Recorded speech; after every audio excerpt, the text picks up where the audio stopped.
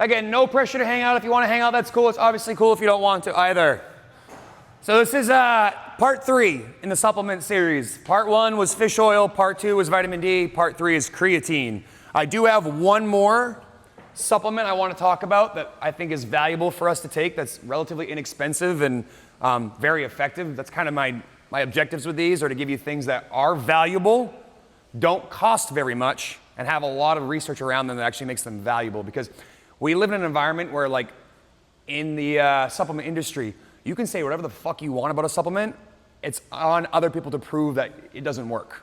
I mean, you can say it makes your fucking wiener 9 inches longer. It doesn't have to do that. Right? I'm serious. Like, it's wild. The FDA and how they approve supplements is like the wild, wild west. That's why things like, you guys remember Hydroxycut? Yeah. Anybody remember why that worked?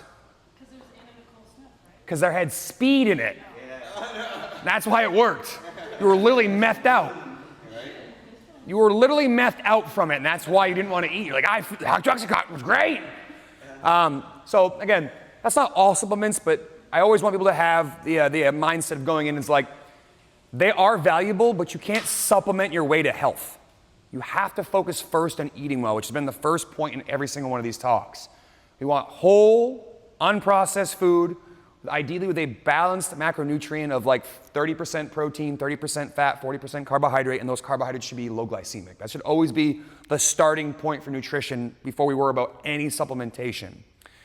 Now, step 2 for this talk today is, I'm a very big proponent of creatine, specifically creatine monohydrate. Any other version of creatine you can find at any health food store. I'm trying to think of the other varieties of it. But anything other than creatine monohydrate, there's just marketing behind it. It's going to cost more and it's going to do nothing better for you. Creatine monohydrate is extremely, extremely cheap. I actually looked on Amazon before this. $20 for 2 months worth, so $10 a month.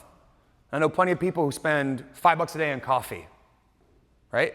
So if we're looking for little things that don't cost very much to make ourselves healthier and have benefits for, creatine's a really great place to start. And actually, when I went to graduate school, one of my professors, that was his field of research, was creatine and human performance. His name was Eric Rawson.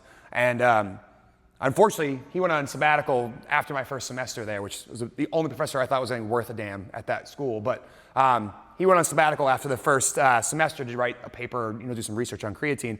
But when he was there, we talked a lot about this because I was someone who wanted to get stronger, and I was like, what is the one supplement you would take? And this is the one he always went back to. Again, he had a vested interest in, because his PhD was in creatine research. But it's a really inexpensive and has a lot of benefits that extend beyond just physical performance, which is also a reason why I would recommend it for just about everybody.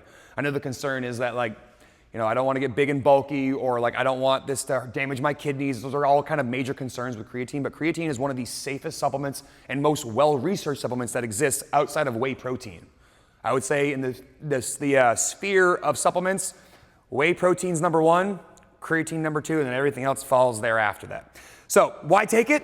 First, it's extremely well-researched. 2, it's very cheap, right? 2 months worth for $20, $10 a month is pretty cheap.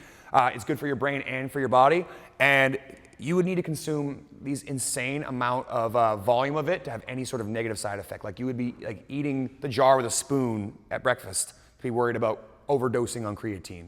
It's something that's actually found naturally in red meat, but a lot of us don't get enough protein in us, so we don't get the benefits of the creatine. And what creatine ultimately does is it helps us resynthesize ATP, which is the muscle currency, the currency of energy our muscles use to make contraction, move. So some of the benefits right off the bat: when you take creatine, you'll see an improvement in strength. You'll see a decrease in fatigue, because again, you have this sort of buffered ability to do more exercise. More ATP can be created in your muscle cells. You have improved glucose metabolism. That's something we've talked about being really important, is that we don't want sugar in our bloodstream hanging out, because that fucks with our insulin, and our insulin is the number one thing we should be concerned about when it comes time to put food in our face and to be healthy human beings. So that's going to increase our work capacity. So if you're getting more work done in less time, kind of the holy grail of fitness, what we try to get for every single day in here, it's going to help us with that. It's going to increase our muscle mass. I mean, that does require resistance training, which thankfully you guys all do. It's going to improve cognition and memory. It's been studied in both Alzheimer's patients, Parkinson's patients, ALS patients, and people who have any sort of neurological disorder, and have seen that it helped those folks. Reduces sarcopenia, so one thing that happens as we get older, we lose muscle mass. It helps slow that down in conjunction with resistance training. And the biggest thing I think here is that there's no major side effect to this. A lot of times with types of supplements, it's like the concern is that something is going to go awry as a result of it. Creatine is extremely safe and extremely cheap. And I know not everybody's into the supplement world, so if you're someone who's like, how do I get some of this without taking the creatine monohydrate, which is about a teaspoon a day? The answer is, eat more red meat. So, again, pretty brief today. This one's kind of straightforward. This is a supplement I would recommend for literally everyone. And, pregnant mothers, maybe you want to ask your doctor about it. I'm not a doctor, so this is like information for that. And I've also seen, they've talked about with patients with diabetes being an issue, but since glucose metabolism improved, I would be curious why that might be. But again, a really cheap, inexpensive supplement that I think is very valuable for both your brain and your body. And just, kind of the things that we're after here at this gym is to get you healthy in a well-rounded way. That includes your head and your body. Do you guys have any questions? Oh, awesome. Well, thanks, guys. Appreciate you hanging out. Get you out of here pretty quick. Yeah, thanks, guys.